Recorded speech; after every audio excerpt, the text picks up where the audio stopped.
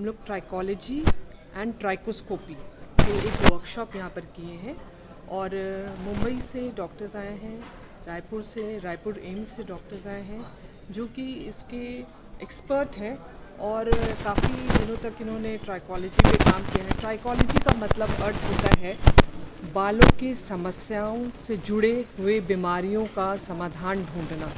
तो जैसे हम लोग हार्ट साउंड्स या हृदय के जो ध्वनि होते हैं उसको स्टेथोस्कोप लगा के हम लोग देखते हैं चिकित्सक लोग, उसी प्रकार से बालों की जो समस्याएं होते हैं और स्कैल्प जिसे इंग्लिश में मतलब जहाँ से बाल निकलता है उसको हम लोग कहते हैं, उसके भी कुछ समस्याएं होते हैं जैसे कि फंगल इन्फेक्शन हो गया, बैक्टीरियल इन्फेक्शन हो गया, कुछ ऑटोइम्यून डिसऑर्डर्स जिसको कि डिस्कॉइड ल्यूपस एरिथेमेटोसस या लाइकन प्लानस कहते हैं। तो ये सब बीमारियां हो सकती हैं। तो इसको कैसे देखा जाए, क्योंकि ऐसे भी बाल पूरे सिर में रहता है तो देखना थोड़ा मुश्किल। लोग इसको बहुत ही आसानी से कैजुअल लेते हैं। कितना खतरा है ये हम आपको बताना चाहिए? नहीं, पहले तो ये देखना है कि लोग इसको आसानी से क्यों लेते हैं, क्योंकि बालों का झड़ने की वजह से कोई हेल्थ इशू नहीं होता है। ना आपके हार्ट पर परिणाम होता है, ना आपके लंग्स पर, ना आपके इंटेस्टाइन पर।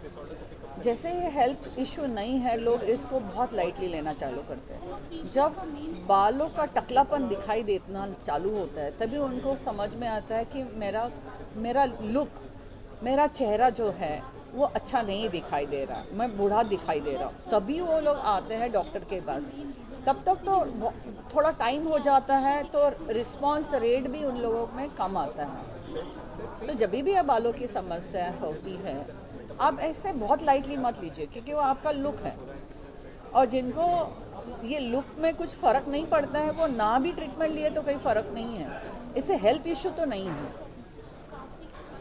बाकी जो पेशेंट्स आपके पास आते हैं उनका जो है जो प्रॉब्लम लेके आते हैं, क्या उसके अलावा और भी कोई प्रॉब्लम उनका निकलता है क्या जांच में? जांच करने में बालों की समस्या का एक और मुख्य कारण कभी प्रॉब्लम है कि औरतों में हीमोग्लोबिन की मात्रा कम होने से बाल झड़ना ज़्यादा होते हैं, विटामिन डी की मात्रा कम होने से, और किसी लोगों को थायराइड की भी प्रॉब्लम होती है, जैसे हम बोलते हैं हाइपोथायरॉयडिज्म, हाइपरथायरॉयडिज्म, इसकी वजह से भी बाल झड़ना काफ़ी होता है। तो इसकी हम लोग पुष्टि करते हैं कि इनको ये बीमारी साथ में है या नहीं है, क्योंकि अगर हम ये ट्रीटमेंट नहीं देंगे तो उनका बाल झड़ना कम नहीं होगा।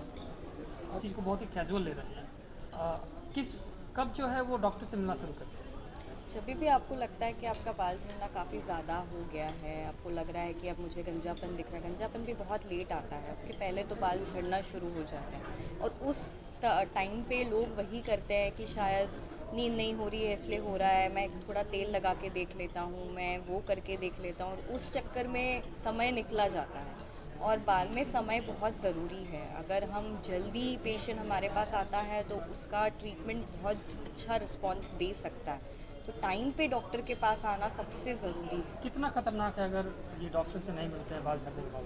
खतरनाक, जैसे कि मैम ने बोला, खतरनाक मतलब ऐसे जानलेवा तो नहीं है, लेकिन हाँ फिर जब बाल झड़ जाते हैं और ज़्यादा वो स्टेज पे पहुंच जाता है पेशेंट, तब उतना अच्छा रिस्पॉन्स नहीं आ पाता है पेशेंट को, और उस कारण से फिर बाकी प्रॉब्लम हो सकती है। डिप्रेशन में पेशेंट जा सकता है, बाहर उसको एंग्जाइटी हो सकती है, बाहर जाने का मन नहीं कर सकता। खासकर यंग पेशेंट्स में ये बहुत देखा गया, अगर जल्दी उम्र में बाल झड़ना शुरू हो जाए तो वो, जैसे स्कूल के बच्चे हैं तो वो स्कूल में कॉलेज में अच्छा परफॉर्म नहीं कर पाते, क्योंकि उनको एक संकोच रहता है इस बाल झड़ने के बाल कारण। झड़ने का प्रमुख कारण आज की डेट का लाइफस्टाइल है, खान पान है, वो भी है क्या? बहुत सारे कारण हैं, खान पान, लाइफस्टाइल है, आजकल जो लेट सोना और लेट उठना है, जो स्ट्रेस है, जो जॉब्स का स्ट्रेस है, जो चिंता रहती है आजकल की लाइफस्टाइल में, खाना जो जंक फूड रहता है, ये सब कंट्रीब्यूट कर सकता है बाल झड़ने के।